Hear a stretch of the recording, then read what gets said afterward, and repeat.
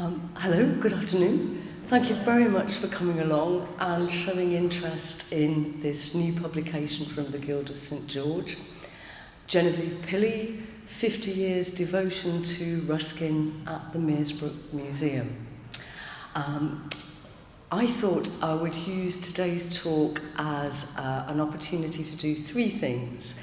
To tell you a little bit about how this booklet ever came to be written in the first place. To give you, I hope, a flavour of why I and a number of other people have become so enthralled in the history of this woman and her contribution to the city in the Ruskin Museum, but in other ways too.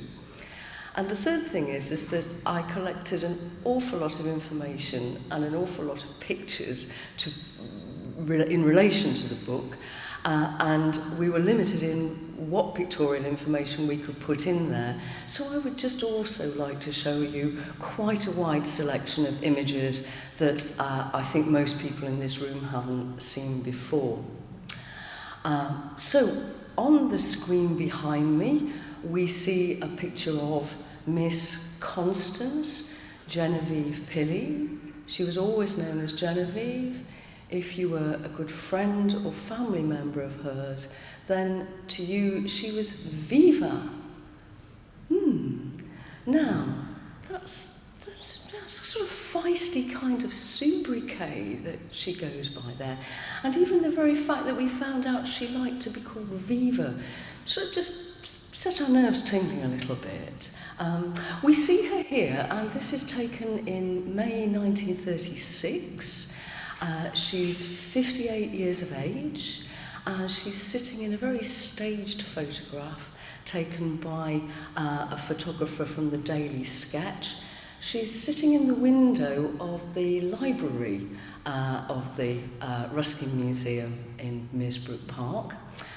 And I was trying not to give this away, but I'll have to tell you what she's working on. She's in fact working on an address to be presented to the newly, not newly crowned, but to the new king, King Edward VIII, on his accession to the throne that year. And she's commissioned to make this piece of work on behalf of Sheffield City Council. She didn't usually work sitting in the window of the library. It is entirely a staged picture. So that's as we see her there. Now, how did this booklet come about? Well, good question, because 19 months ago, I had not heard of Genevieve Pilley, and that's like the majority of people who live in the city of Sheffield. And I want to put that right today. So not only had I not heard about Genevieve Pilley, I had no intention of writing a book. So this book comes as much as a surprise to me as to anybody else in the room. Here we see a Google map showing Meersbrook Park and the Meersbrook Hall within the park, sitting in the north-western side of it. And I partly put this map up to show you that, yes, if you didn't know, Meersbrook Park lies in between Healy and Woodseats to the south of the city. And to illustrate, well, a couple of things. I live, now can I do this? Will it work?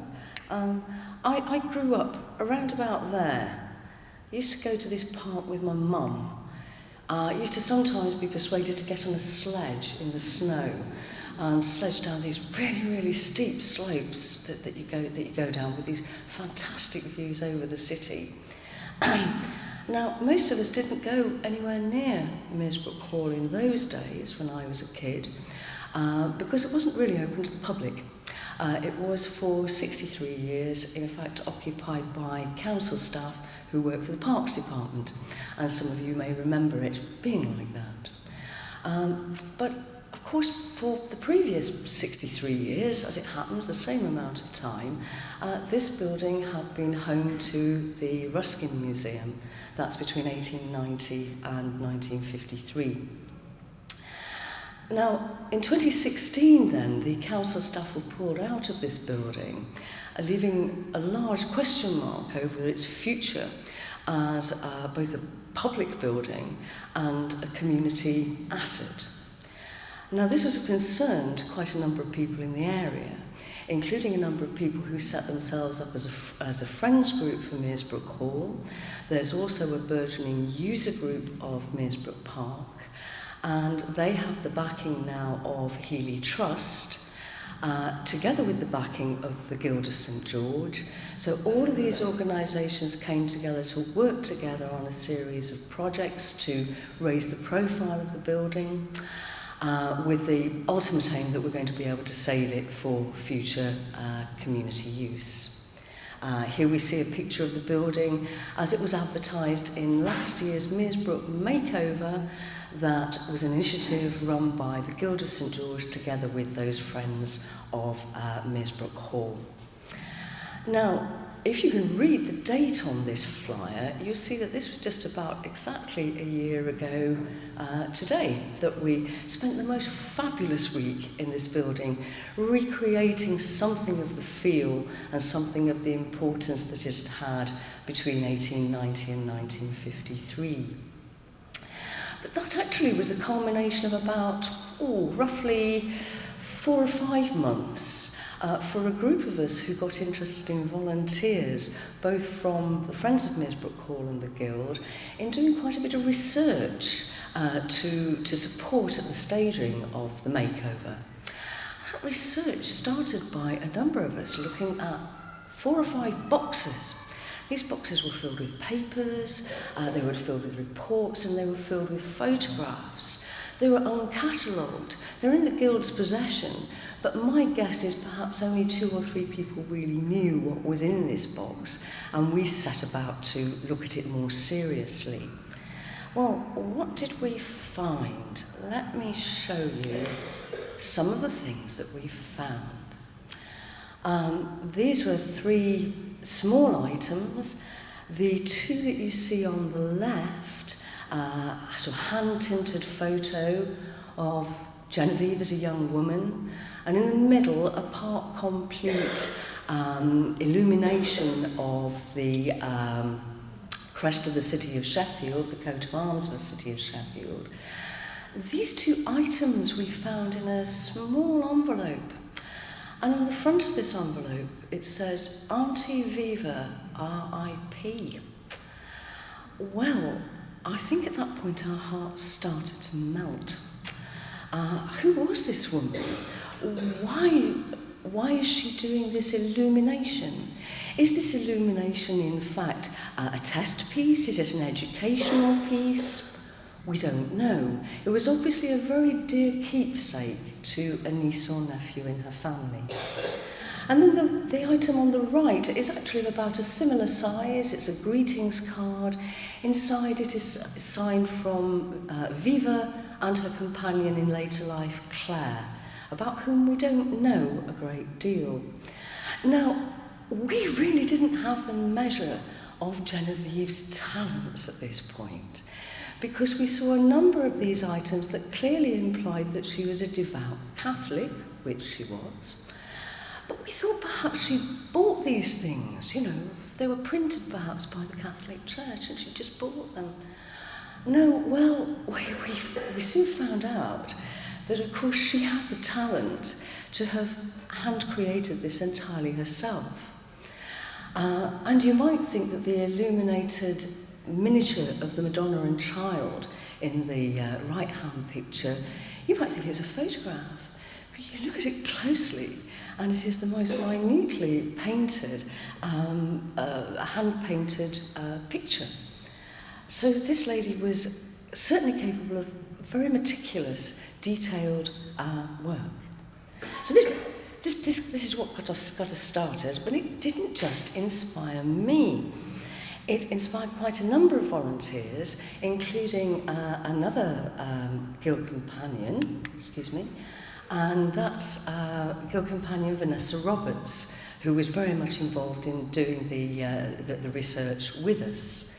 And here you can see that just off her own bat, without anybody asking her, She too is perhaps falling in love slightly with dear Vieva, and here we see 3 portraits that Vanessa did based on actually the 3 portraits that we had of her from the boxes.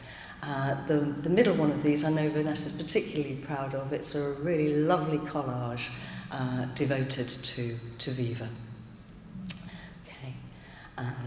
Well, I've said something about Meersbrook, and I've said something about Genevieve, but this book is entitled 50 Years Devotion to Ruskin. So how does he fit into this exactly? See, without him, none of this would have happened at all. So just what's going on here?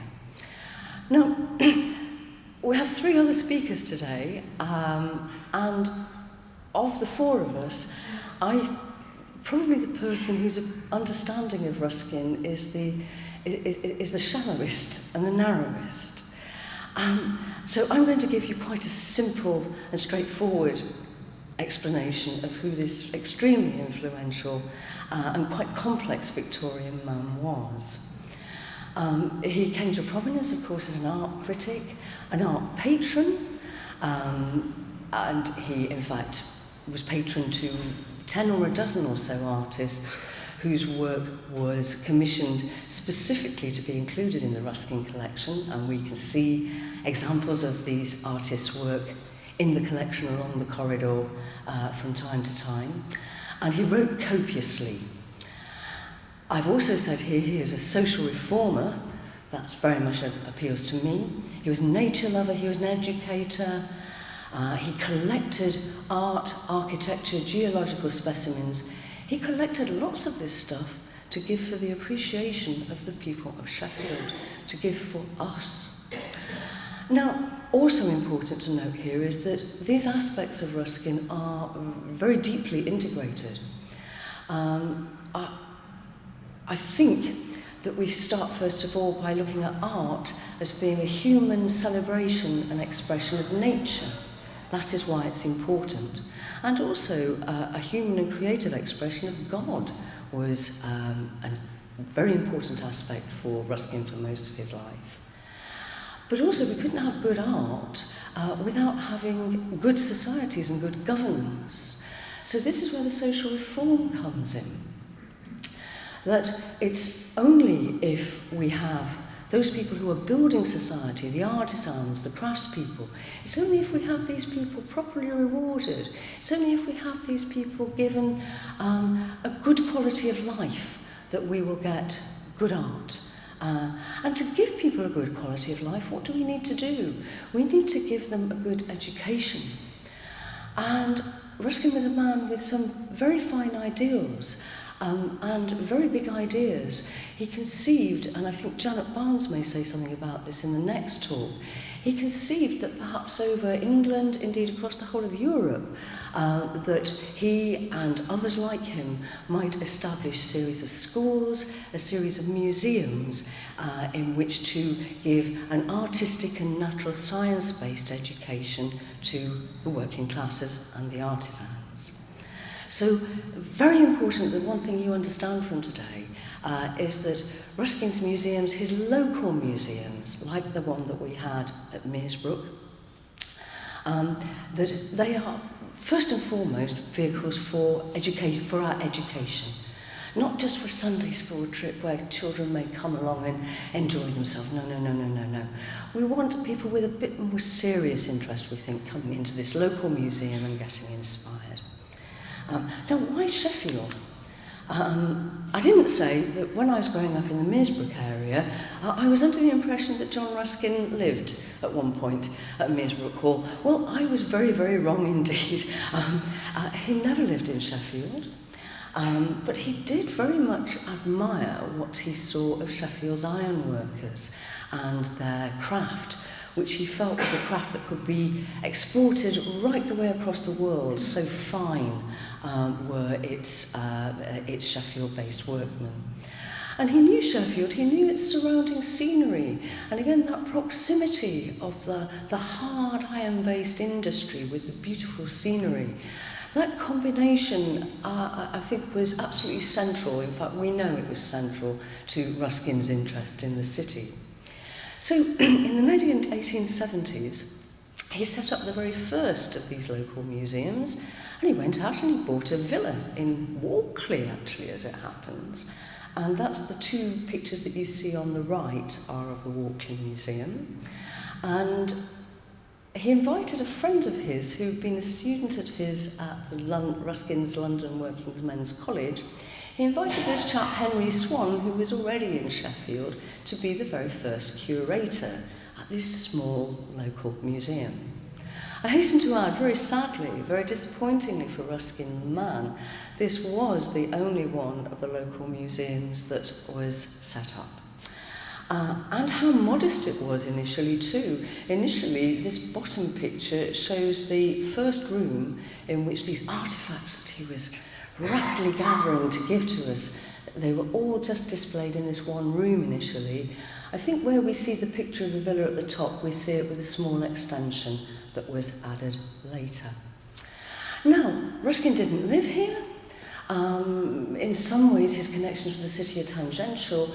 He visited Sheffield a few times, however, maybe as many as 5 or 6. And there are stories about that that are fascinating to read, although we don't know all the details of when he visited here. He largely came to make sure that Henry and Emily Swan were making a good job of this museum, because it was his baby, really, in a way. And we have records of some of his evening visits where a party of local artisans would be invited to hear him speak and get into discourse on matters related to art and politics. And incidentally, and this is going to tie it all together for you now a bit, one of these visitors, there we are, one of the visitors to the St George's Museum at Walkley was a chap called Albert Pilley. And of course, this is Genevieve Pilley's father. Now, if we look back and try to find Albert in the censuses from this time, in 1871 and 1881, he's working as a cutlery manufacturer, a fairly small-scale cutlery manufacturer in the firm of Hepworth, Pilley and Company. And just for information, I put a picture of a knife of theirs that I found somewhere on the internet, just to show you the sort of goods they were producing. It looks rather plain, and I'm looking at the family member in the audience here and thinking, I hope I haven't done him a disservice. He may have done more ornate work than what's on display. The picture above that is, some people may recognise it, it's Chipping House Road in the Abbeydale district. And at this period, around the time that Albert would have visited the St George's Museum, he was very likely living on Chipping House Road, though it maybe doesn't look quite as it does in this picture from later on that century. I think what we discover from this is that the family were reasonably well off, reasonably comfortable, although in fact their fortunes varied. So much so that they weren't able to stay at Chipping House Road. They moved, and so much so that by the 1891 census, we find Albert Pilley saying that he has got 2 occupations. He's still a cutlery manufacturer, but he lists himself as an illuminating artist. Now don't ask me why, and don't ask me how he became this artist. I put some ideas in the book, but nobody knows for sure as to how this interest and this skill came about. Clearly he was doing quite well in the 1890s, making perhaps a little bit of money out of this occupation, because when we get to 1897, and I suspect there will be a few Sheffield local historians in the room, so there will be a few people who know that in 1897 Queen Victoria visited Sheffield. She barely stepped out of the carriage, is my understanding, but she did visit. And she visited partly to open the town hall that we still have, and also it was a celebration of her Diamond Jubilee that year. And here, the 2 pictures that you see on the left are part of Albert Pilley's address that was presented on that occasion to Queen Victoria. And what I understand is that Genevieve probably helped out and did some of the work in this. I've added the picture on the right, and I realise I've exposed a bit of a conundrum to myself. The item on the right is actually the souvenir programme, or a black and white copy of the souvenir programme that was available to visitors that day. Now, it sort of suggests that there was more to this address than just the two pages that we see on the left. But a beautifully crafted piece of work. These things do still exist, incidentally. You may think, is this really sort of an anachronistic Victorian thing? No, if you talk to people who have recently been Lord Mayor and the like, they are still presented with illuminated documents of this nature. Now, okay, let's just show you a little bit more about the Pilley family. This is material that sort of, not all of this actually appears in the book. So here we see Albert with his wife, Sarah Ann Furness, as she was. They had 10 children of the time, I think, and Genevieve was 10 surviving children, and Genevieve was the 9th of them. The children, we think, probably went to St. Marie's School down near Sheaf Gardens, for which a small school fee would have been paid. We do know that the eldest emigrated to America.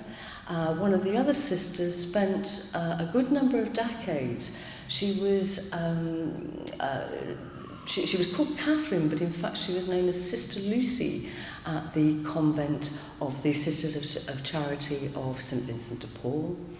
And I've put some other incidental facts on this slide which don't make it into the book, but are put in rather for local people from the area.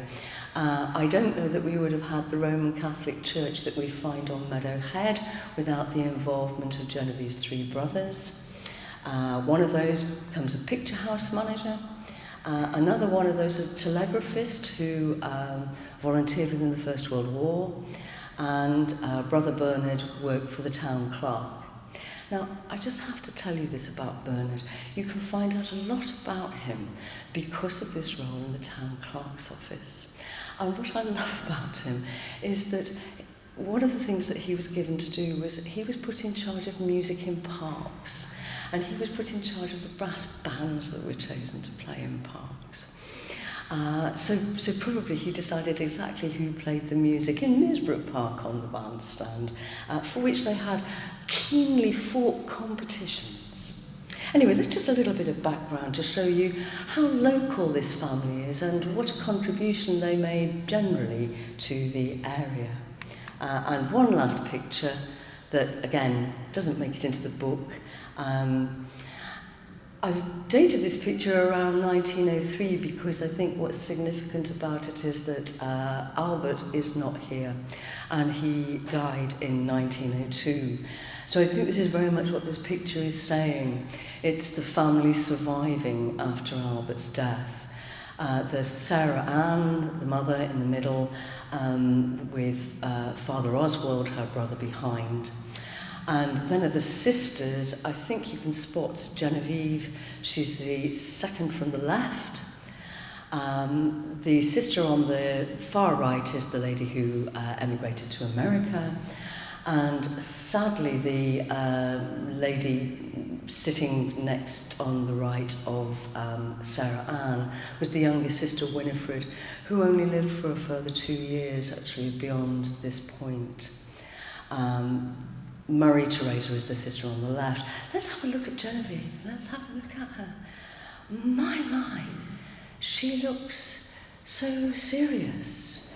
She looks perhaps somewhat careworn. She also does look like a woman who knows her own mind. And I suspect at this point she has the cares of the world upon her shoulders.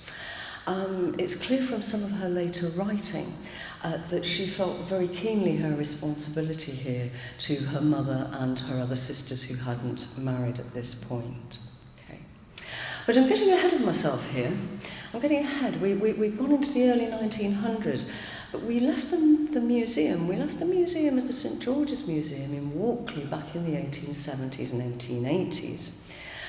And it was proving too small. And Ruskin knew this, and he was looking for an alternative site for it. And things did not really go as he would have wished. So when it came to the move to Meersbrook, several things are the case. It was not Ruskin's choice. And by this time, Ruskin was quite infirm, was not taking able to take a great deal of managerial interest in his affairs. So, if we have a look at the Ruskin Museum moving to Meersbrook, we enter a completely different period. We are no longer talking about the baby, I don't like that, the project that Ruskin nurtured. It's not nurtured by him in the same way. The Sheffield City Fathers, the City Council, had purchased this building in the mid-1880s, and it probably proved quite a useful compromise, if I dare say it, between the City Fathers and the trustees of the Guild of St George, who were largely dealing then with Ruskin's affairs. You have to admit, looking at the picture on the right, that's the first floor picture gallery. If you went into the building now, this is at the moment partitioned into three. I understand it could be fairly easily departitioned, and this could be fairly easily perhaps restored if there were money. But we look at it and we have to say it's larger. It's larger accommodation. It allows perhaps for the specialisation of displays in different rooms that Ruskin was pretty keen on. The picture on the left is from the Meersbrook makeover last year. What we see here is pictures of those city fathers, the likes of Joseph Gamble. Sir Henry Stevenson was in fact the first chair of the Ruskin committee that took over the day-to-day running of the place. And I really ought to know the names of the other people involved here, but I'm having a little bit of a blank on that. So there were a good number of others. Michael Hunter was another of them. And I think I'm going to have to leave the names at that for now on that one. The opening ceremony, there was this large key. Here's the replica of it on the cushion that we had. And the Earl of Carlisle, he was given presided over proceedings, and he was given the key with which to ceremonially unlock the building. There were joyous celebrations out in the park. There was a marquee put up. The police brass band came and played. Imagine it being a rather jolly and very uplifting time. And incidentally, I have wondered if the Pilleys were there. It happens to be Genevieve's 12th birthday. Strange coincidence. And that date crops up again later in the history of the museum. Okay. Now, there is another book to be written, really, I feel, about this early history of the Meersbrook Museum, and particularly about the first two male curators who took over there. I hasten to add, it wasn't as if Henry Swan was sidelined from Walkley. In an unfortunate coincidental turn of events, he died the previous year in 1889. And so the trustees of the Guild, these are George Baker and George Thompson, who were very much involved with the opening ceremony. They were appointed, this gentleman on the left, William White, who was there for the first 9 years. Now, I don't want to say a lot about William White, though he was an important figure.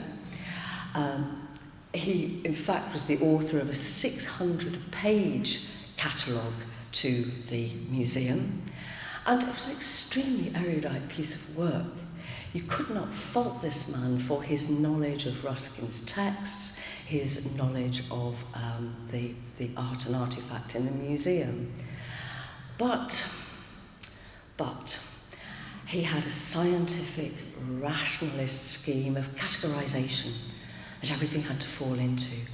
And you know, this wasn't Ruskin. This wasn't Ruskin's way of displaying things idiosyncratically against one another. This was the new era, I think, of the Museums Association and the new era of everything putting rationally in its categorization and in its place. I don't want to say more about him, but I wish to stress his social standing. He was definitely from the professional classes. He was from London, from Islington, not a local man. And it may be that his focus was perhaps too much on promoting the museum outside of the city rather than within it, to the simple persons, as Ruskin said, that he wished his local museums to be for. Gil Parker takes over in 1899. He's probably not from so financially privileged a background, but he's quite well educated, educated in Leeds, at Leeds School of Art, Science and Technology, and he himself is a very committed collector of natural history specimens. So he knows a lot about that. Now, I'm sorry to give these gentlemen too short shrift, but I really put them in here so that you can get a feel for who they are, in order to contrast them really with who Genevieve was, because there's some marked differences. Both of these men, for instance, cultivated their relationship with the museum, the National Museums Association. Genevieve, for a number of reasons, did not do that, and her focus is much more local. Okay. Right, so, seems to have been talking for rather a long time, and we've only just got to Genevieve starting work in the museum. So, I'm just going to check, in fact. Oh, I do need to hurry up. Gosh, don't I just? Here we see the library of the museum, and this is where Genevieve started work in 1898. The picture on the right is what we staged in last year's makeover, and here we see lantern slides that in fact were used by Gil Parker during regular talks that he gave at the museum during his term in office. Now later on I find some correspondence from Genevieve, quite a lot later on, that says, I made the slides and I catalogued them all. So I would just like to say, yes, these were Gil Parker's slides that he used for his talk, but please would you bear in mind that Genevieve Pilley had a good hand in making them and in cataloguing them. Okay. I'm going to speed up. I'm going to have to speed up. And here on this slide, I've just given you a flavour of the types of works that you could see in the library. And if you were a serious student of the library, you could handle these. So you had access, if we'd been alive at the time, we would have had access to this tremendous, superior country house library, when few of us would actually have had any sort of book or publication in our own houses. I have seen some of these books myself, and I would commend to you when the present curator, Louise Pullen, does her handling sessions. You can see and you can handle some of these works themselves. Flora Londoniensis, it's absolutely beautiful. I never thought I would be so entranced by Donovan's illustrations of insects and invertebrates, but they are quite rare, quite special. These days, we can look these things up on the internet. Well, when in the early 1900s did people in Sheffield ever get a chance to see such a thing? So thank you, John Ruskin, we would say, for that. And the idea here is that these books complement people's understanding of the artwork. That's the main thing for me to put across here. I didn't focus on the fact that on the last slide, some of the things that were in Genevieve's care were the old manuscripts, the old Bibles, the codices, and the Ruskin collection has 14 of these. They date from the 10th through to the 16th century. Some of them are reasonably ordinary, visually speaking, Others are highly illustrated with tableaux such as you see here. Again, I think the next speaker, Janet, may be talking about this book. This is one of the most highly illuminated of the things in the collection, and this is also throughout the history of the museum the thing that everybody wanted to borrow. They wanted to borrow it across Europe. The De Croix Book of Hours, one of the delightful things in it, or one of the things that intrigues people, is that the signature of Mary, Queen of Scots in this book, because she was a cousin of the De Croix. Okay. Now, you know, Genevieve describes the museum as her ideal place. Wow. You just get a sense she was in clover. She was just in clover looking after these beautiful things, and she was probably the most serious student of all of them. Now, she'd not been at the museum long, and I am going to have to address this quite briefly, when there was an occasion for another manuscript to be written, or to be painted. And this was to mark Ruskin's 80th birthday.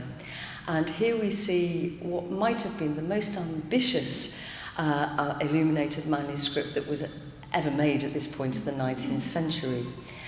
52 pages of vellum, 52 pages of illustrations like this. This is the one page that is written to Ruskin from the Guild of St. George. On it we see the names of the trustees at the top. In the middle we see the names of the then guild members, and at the bottom we see the names of 8 of the artists whom Ruskin had commissioned to do work and get work that goes into the collection. And on the right here I've interspersed an excerpt from one of the obituaries to Genevieve from the Catholic press, in which apparently when he was given this manuscript, which Genevieve worked alongside Albert on, he saw a vignette in it and he said it was one of the most beautiful pieces of work that he'd ever seen. So as far as we know, that was the only direct sort of contact explicitly between Ruskin and Genevieve, but indeed what a compliment. Okay. I am going to have to just flick through these, I think, so that you can see. These are Genevieve's illuminations. We know very little about what she did at the museum up until the 1930s. We can guess. We know what the life of the museum was. We know there was a burgeoning Ruskin club. We know that there was a Ruskin study circle where people talked about his ideas. But what we only know about Genevieve from this time is that she appears at least 30 times in the local press. And every time she appears in the local press, it's because she has created one of these beautiful addresses for people great and small. We can add all the kings of England to the list. We can add Lloyd George, we can add Winston Churchill. We can add then much more local people. I like the one on the left here. It's to the local historian T. Walter Hall, presented by the Libraries Committee. He had just donated a whole series of the earliest charters that we have in the city. He donated them to the city libraries, and this one on the left is in thanks. Other mere mortals who received these things from her include a young man who won a boxing competition at Woodseats Catholic Club, and he gets a beautiful address like this as his thanks for winning the boxing competition. Few of these things, I mean, there are hundreds of these things, I'm sure. Few exist today. You can actually see these three. These three are all World War I memorials. I've put on the slide where you can see them. You can see one at the church at Tockley Rise. The one in the middle you can see in the modern St Vincent's Church, not the old St Vincent's Church. The modern one is up at Crooks, and that is probably the most poignant of these memorials for Genevieve to have done, as her family had involvements with both St Vincent's Roman Catholic Church as well as St Marie's. And if you were to care to walk into local studies, the item on the right, you will see a facsimile of it up on the wall, because this commemorates the people from Sheffield City Libraries who took part in the First World War. Right.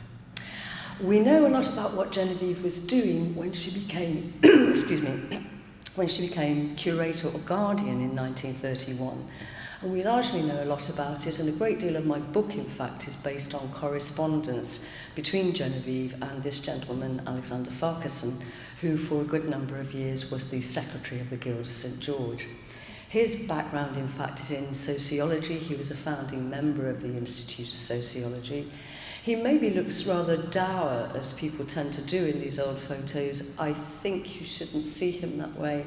I think he was a tremendous humanitarian and had a tremendous human spirit, and I think he was deeply concerned for the human condition. I think these two got on pretty well. So it's largely down to his correspondence we know so much about what was going on. Some eminent people visited the museum in the early days. J.G. Graves came in 1932 and was very complimentary. He brought some grounder people with him, if you like. Lord Lear Fareham and W.G. Constable were at this time just in the process of setting up the Courtauld Institute.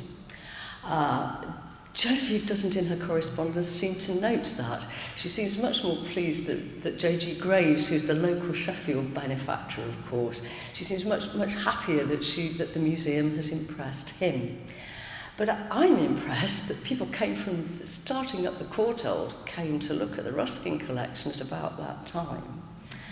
And we know too that the Guild were very impressed when the son-in-law of George V, Henry Lascelles, the Earl of Harwood, notable Yorkshire landowner, he asked to come and be shown the Ruskin Museum. And he was very sorry that his visit only lasted about an hour. I get the impression he could have stayed there much longer.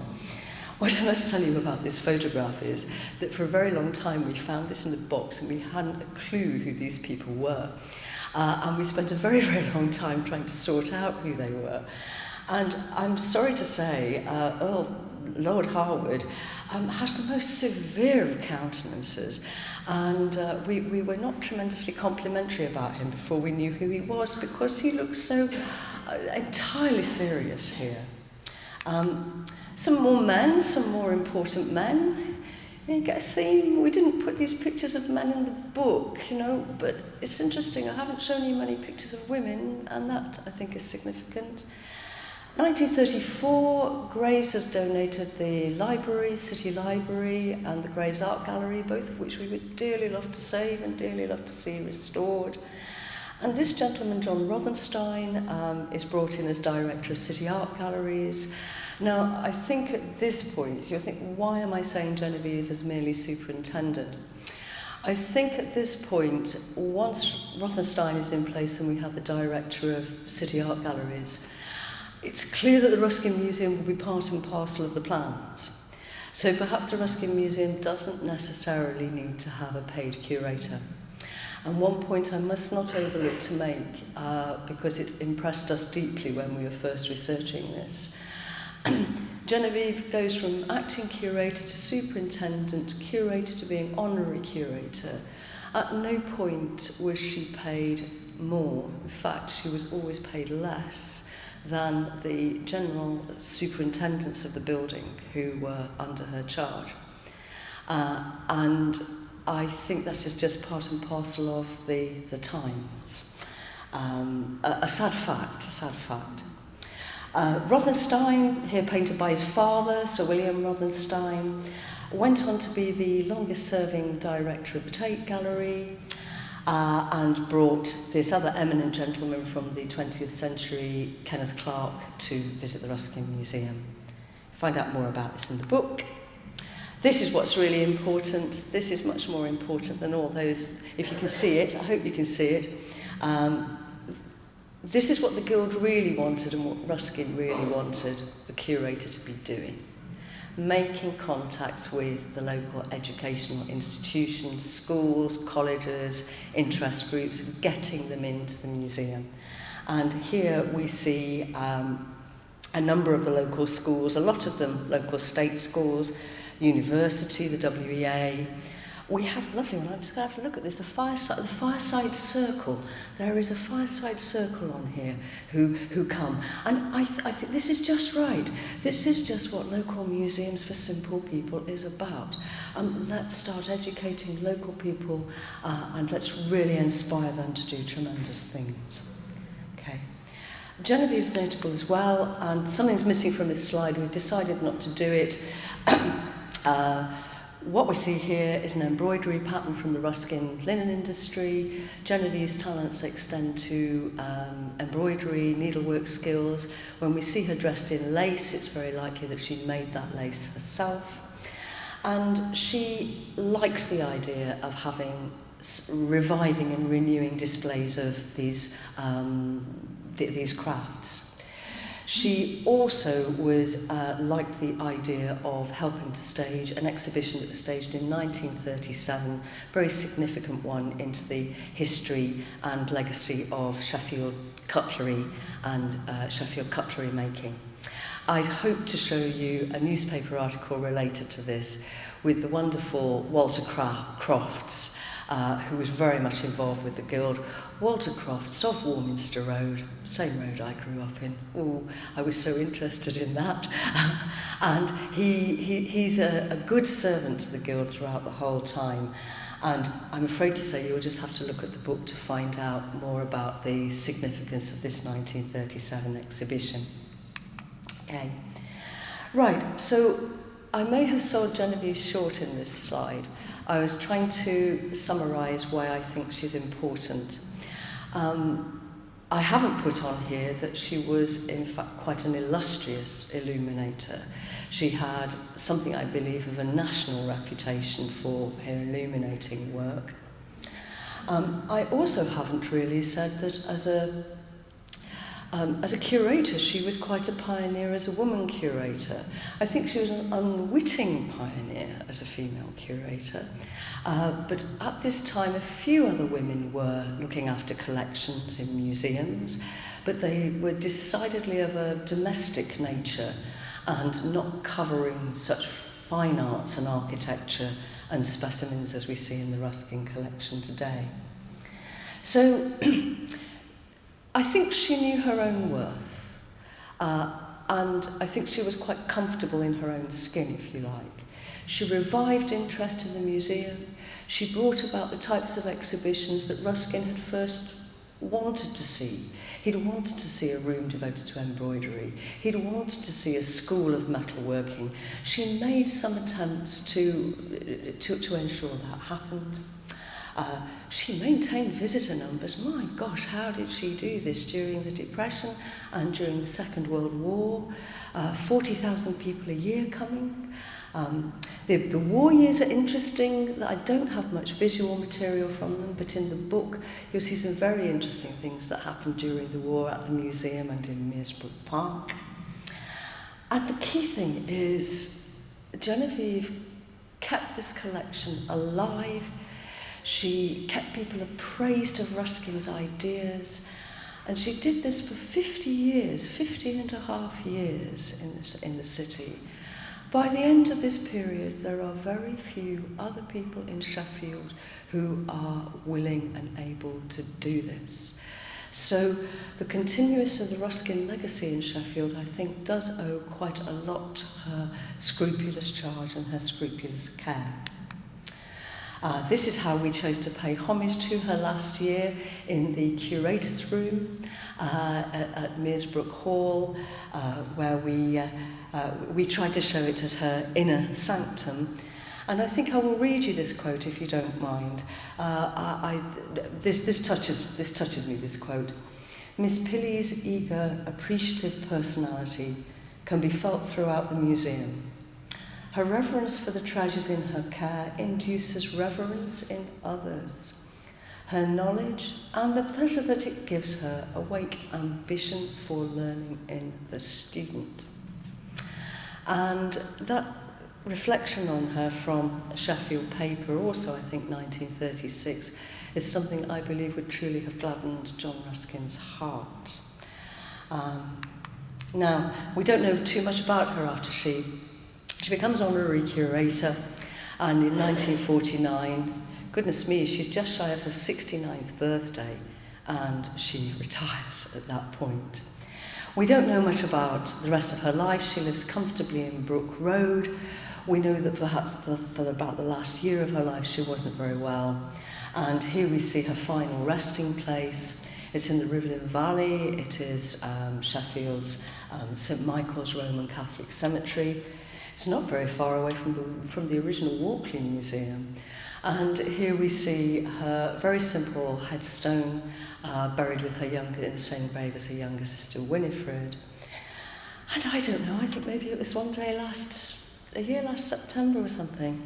I persuaded Vanessa Roberts to come with me, and we traipsed over to St Michael's Cemetery to look for this. It's very easy to find Albert Pilley's rather large monument. It was quite difficult to discover this.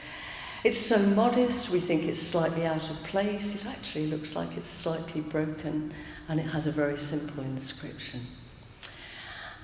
She deserves better than this, I feel, actually, as a memorial. So perhaps if the book adds to the memorial, that would gladden my heart. I think I've only got a couple more slides. The next one is another illumination, and it's one that's in a personal notebook. It was given to Walter Crofts of the Cutlery exhibition. It was given to his niece. And I've met this lady's daughter who allowed me to take photographs of this. And I feel it's utterly the right place for us to wrap the thing up, really. Every noble life leaves the fibre of it, interwoven forever in the work of the world. Genevieve's life, I think, was a pure and noble life. I think the same with John Ruskin's life as well. And Genevieve's life, the threads of it are indeed woven into the Sisters of Charity of St Vincent de Paul.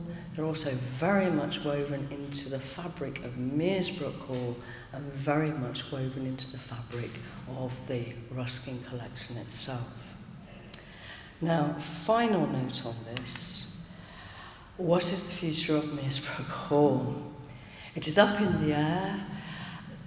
As I say, Healy Trust have a licence to occupy it. They're doing some great work on the ground floor with adult education classes. The wonderful Guild of St George have frequently put faith in things. I think the Guild of St George put faith in Genevieve.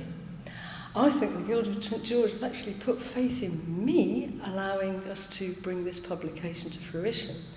And the Guild of St George is putting their faith in this building and its future as a community resource, possibly multi-use resource with some cultural things going on there. This is now, for the present time, the national offices of the Guild of St George, and we're very proud to say so. We would hope to work together with Healy Trust, with the Friends of Meersbrook Park, and with the Meersbrook Hall, and with the Meersbrook Park user group, to try to ensure that this building is saved and try to ensure that it is a vibrant community hub and cultural centre, if we can, for people in Meersbrook and the city. Thank you very much for listening to my talk. I don't see anybody's fallen asleep, so that's quite a good sign. And I have my thanks to give as well. Heartfelt thanks to all of the people who appear on the slide. Peter Miller, Louise Pullen, Ruth Nutter, Rian Thomas, Stuart Eagles, Vanessa Roberts, and certainly to the living relatives in Genevieve Pilley's family. Thank you very much.